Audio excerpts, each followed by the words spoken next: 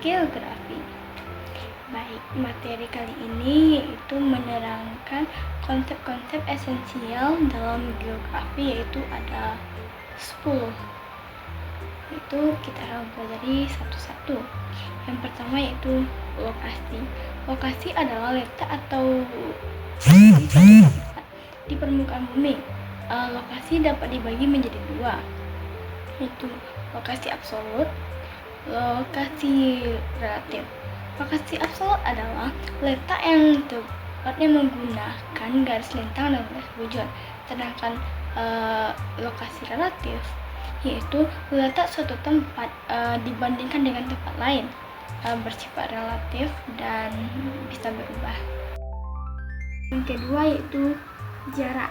Jarak adalah ukuran seberapa jauh suatu tempat dengan tempat yang lain.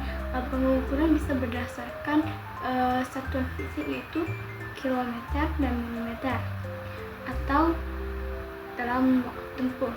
Contohnya yaitu jarak antara Surabaya dan Malang itu sekitar 102 km jika diukur menurut Google Maps.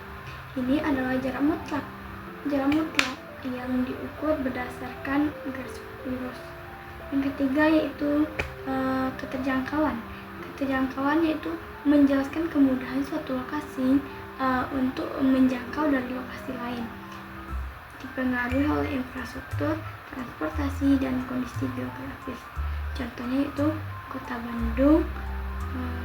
Bandung mudah dijangkau dari Jakarta melalui jalan tol Cipularang yang mempersingkat waktu tempuh perjalanan.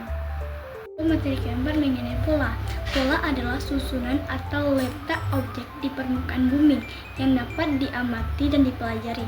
Contoh yaitu pola penyebaran pemukiman di daerah pesisir, yaitu biasanya memanjang mengikuti garis lintang. Dan kelima yaitu morfologi.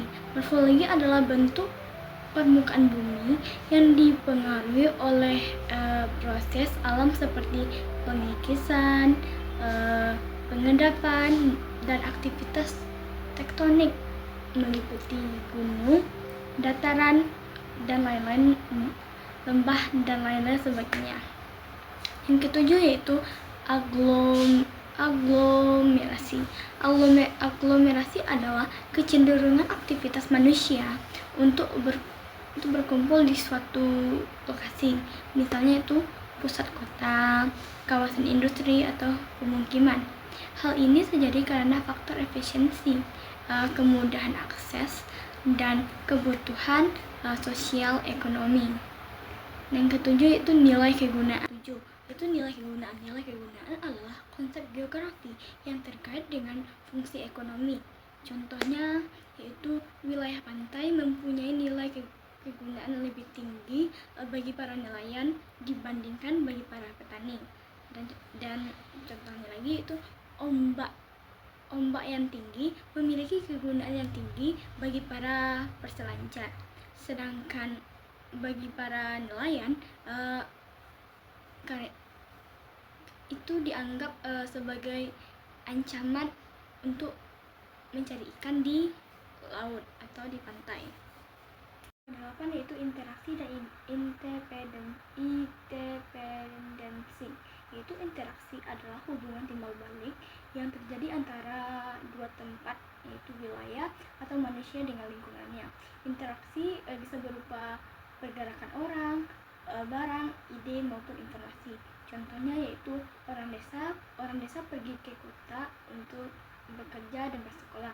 Sedangkan interdependensi adalah kondisi saling membutuhkan antara satu tempat dengan tempat yang lain, karena tidak ada wilayah yang mampu memenuhi sebuah kebutuhannya sendiri. Contohnya itu kota bergantung kepada desa untuk kebutuhan pangan seperti sayuran, buah-buahan, beras.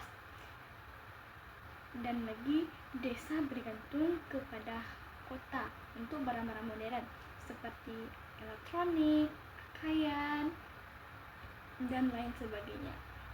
Itu yang ke-9 yaitu diferensiasi area adalah fenomena yang berbeda antara tempat yang satu dengan tempat yang lain, bertujuan membandingkan antara dua wilayah sehingga adanya perbedaan antara satu wilayah dengan wilayah yang lain karena tiap wilayah memiliki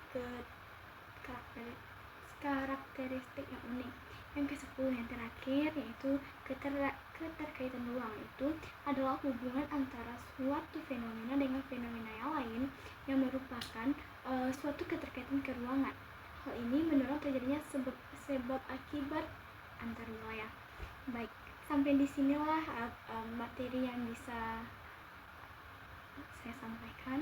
Kalau ada salah mohon dimaafkan dan pantau channel Winery.